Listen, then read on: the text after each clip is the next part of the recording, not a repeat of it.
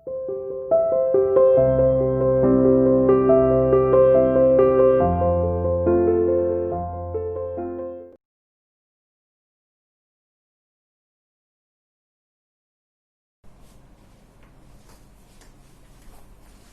students, how are you? I hope you are fine. Students, we are doing chapter number 1 of third book. Name of our book is Social and Political Life. सामाजिक और राजनीतिक जीवन. Name of our chapter is Understanding Diversity. विभिन्नता को समझना. विभिन्नता means हमारे देश में कितने सारे धर्मों के लोग रहते हैं, कितने सारे, सबकी अलग अलग अपना पहनावा है, सबके अपने अलग अलग रीति रिवाज हैं, सबकी अलग अलग अपनी वेशभूषा है और सबका इतना डिफरेंस होने के बाद भी हम सब एक हैं.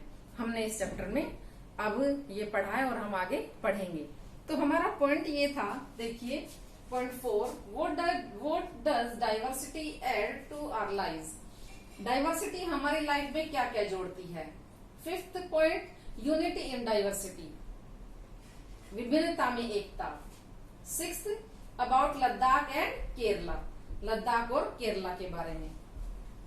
देखिए कि विभिन्नता हमारे जीवन में क्या जोड़ती है. देखिए अगर हम एक ही तरह का खाना खाते रहें तो हम ऊब जाएंगे, एक ही तरह के हम कपड़े पहनते रहें तो भी हम ऊब जाएंगे, एक ही तरह का कलर के कपड़े पहनते रहें तो भी हमारा मन भर जाता है.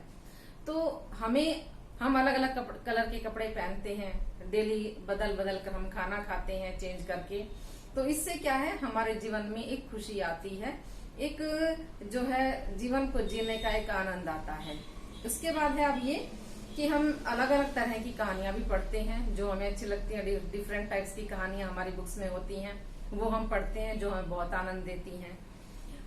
अब है डाइवर्सिटी इन इंडिया, कि हमने पढ़ा इसमें कि diversity in India means Bharat में इतने सारे स्टेट्स हैं, इतने सारे यूनियन टेरिटरीज हैं, सबकी अपनी कल्चर है. तो इतनी सारी विभिन्नता है हमारे देश में, इतनी सारी विभिन्नता किसी भी कंट्री में देखने को नहीं मिलती है. अब जैसे जैसे हम अपने काम की तलाश में एक स्थान से दूसरे स्थान पर जाते हैं या एक स्टेट से दूसरे स्टेट में जाते हैं तो हम वहां की कल्चर को भी अपनाना शुरू कर देते हैं. तो वो भी हमारे जीवन में थोड़ा सा चेंजमेंट आ गया कि हमारी अपनी भी कल्चर है और हम जहाँ पर बसे जाकर, जहाँ काम की तलाश में हम गए, वहाँ के रीति रिवाजों को, वहाँ की जो लोगों की परंपराएं हैं उनको हम अपनाते हैं. तो इससे हमारे जीवन में नवीनता भी आती है और खुशी भी आती है. अब हमने पढ़ा इसमें देखिए लद्दाख के बारे में. लद्दाख देखिए बिल्कुल नॉर्थ में है, हमारे नॉर्थ वेस्ट में, और केरला बिल्कुल साउथ वेस्ट में है. लद्दाख हमेशा बर्फ जमी रहती है और केरला में कहाँ पर है, बिल्कुल पानी के, समुद्र के किनारे. एक तरफ समुद्र है, अरेबियन सी है, दूसरी तरफ केरला में हिल्स हैं और लद्दाख में साल के ज्यादातर महीनों में बर्फ जमी रहती है. लेकिन वहां की देखो कितनी क्लाइमेटिक कंडीशंस भी डिफरेंट हैं, कल्चर भी अलग है और वहां पर बौद्ध धर्म को मानने वाले लोग रहते हैं. दूसरा है केरला. केरला देखिए, केरला में माना जाता है कि यहाँ पर जो सेंट थॉमस हैं, जो 2000 साल पहले आए, जिन्होंने क्रिश्चियन धर्म को फैलाया भारत में, तो वो पहले माने जाते हैं आने वाले सेंट थॉमस, जो भारत में ईसाई धर्म को लेकर आए, क्रिश्चियनिटी को लेकर आए. और केरला अपने जो है मसालों में बहुत फेमस है. वहां पर ऐसी क्लाइमेटिक कंडीशंस हैं, वहां पर मसाले बहुत होते हैं. और जैसे कि हमारे ये मसाले हैं, लौंग है, हमारी इलायची है और डिफरेंट तरह के मसाले जो सिर्फ केरला में ही होते हैं. वहां की क्लाइमेटिक कंडीशंस इन मसालों को सपोर्ट करती है कि ये यहाँ पर ज्यादा क्वांटिटी में ग्रो हो सके. उसके बाद है कि इब्न बतूता जो भारत में आए, उन्होंने अपनी बुक लिखी और उसमें उन्होंने मुस्लिम लोगों का वर्णन किया उस समय के 700 साल पहले का. उसके बाद है कि हमारे देश में देखिए सभी तरह के धर्मों को मानने वाले हैं. हमारे देश में इस्लाम धर्म को मानने वाले भी हैं, क्रिश्चियन धर्म को मानने वाले भी हैं, हिंदू धर्म वाले भी हैं, बौद्ध धर्म को मानने वाले भी हैं. और ये सभी लोग जो हैं हमारे देश में रहते हैं और सभी मिलजुल कर रहते हैं. उसके बाद है कि हमारा पॉइंट है यूनिटी इन डाइवर्सिटी, विभिन्नता में एकता।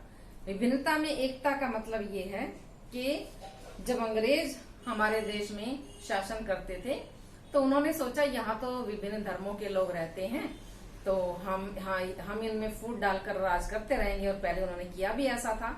लेकिन जब लोगों ने समझा कि हम चाहे अलग अलग धर्म के हैं लेकिन हम सब भारतीय हैं, तो सब इकट्ठे हुए और उन्होंने सबने इकट्ठे होकर अंग्रेजों के खिलाफ युद्ध लड़ा, और तब जाकर भारत को आजादी मिली। तब लोगों ने कहा चाहे हमारे धर्म अलग है, चाहे वेशभूषा अलग है, चाहे हम कितने अलग हैं, लेकिन हम अंग्रेजों के खिलाफ लड़ाई में सब एक हैं। और इसके बाद में अंग्रेजों को भारत छोड़ना पड़ा और हमें आजादी मिली। अब देखिए स्टूडेंट, इससे आगे हम पढ़ते हैं।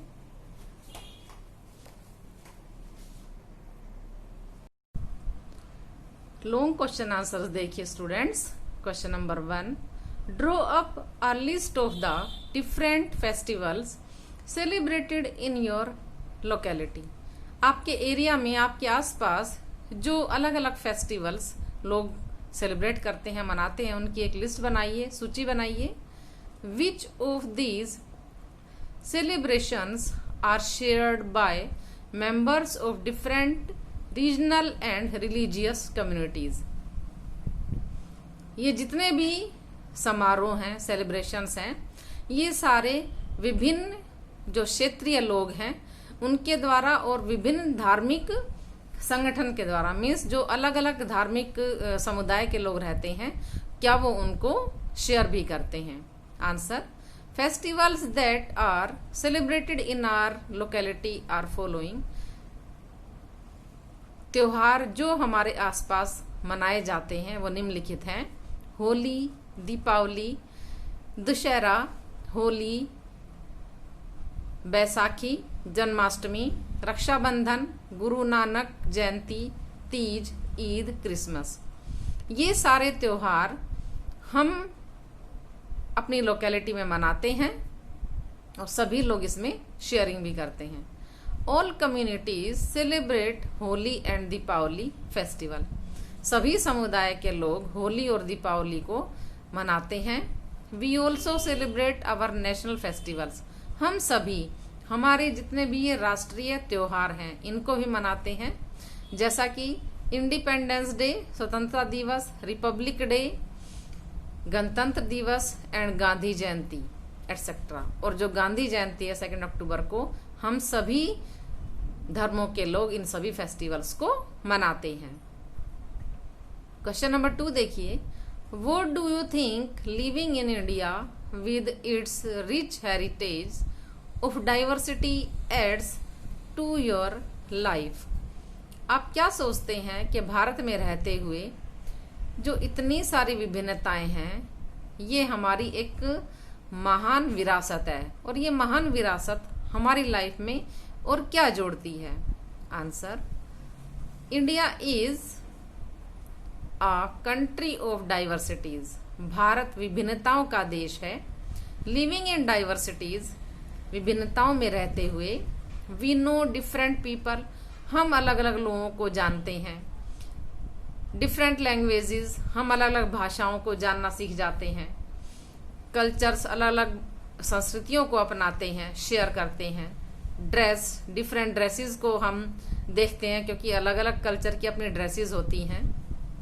एंड ट्रेडिशंस, और परंपराएं, हम ये सभी परंपराएं शेयर करते हैं सभी धर्मों की, और जो जिस भी कम्युनिटी का होता है। We all people live happily in our country, और हम सभी धर्मों के लोग अपने देश में खुशी से रहते हैं। दिस डाइवर्सिटी, ये विभिन्नता, fills our life with different colours of happiness and prosperity. ये जो विभिन्नता है ये हमारे जीवन को, हमारे जीवन में अलग अलग प्रकार की खुशियां और समृद्धि भर देती है। क्योंकि जब हम अलग अलग कल्चर से मिलते हैं, उनको देखते हैं, अपनाते हैं, अलग अलग स्टेट्स की अपनी ड्रेसेस हैं, तो हमारी परंपराएं, हमारी प्रोस्पेरिटी बढ़ जाती है, हमारी जो विरासत है वो बहुत समृद्ध हो जाती है।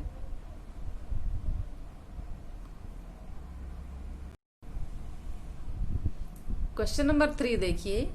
Do you think the term unity in diversity is an appropriate term to describe India?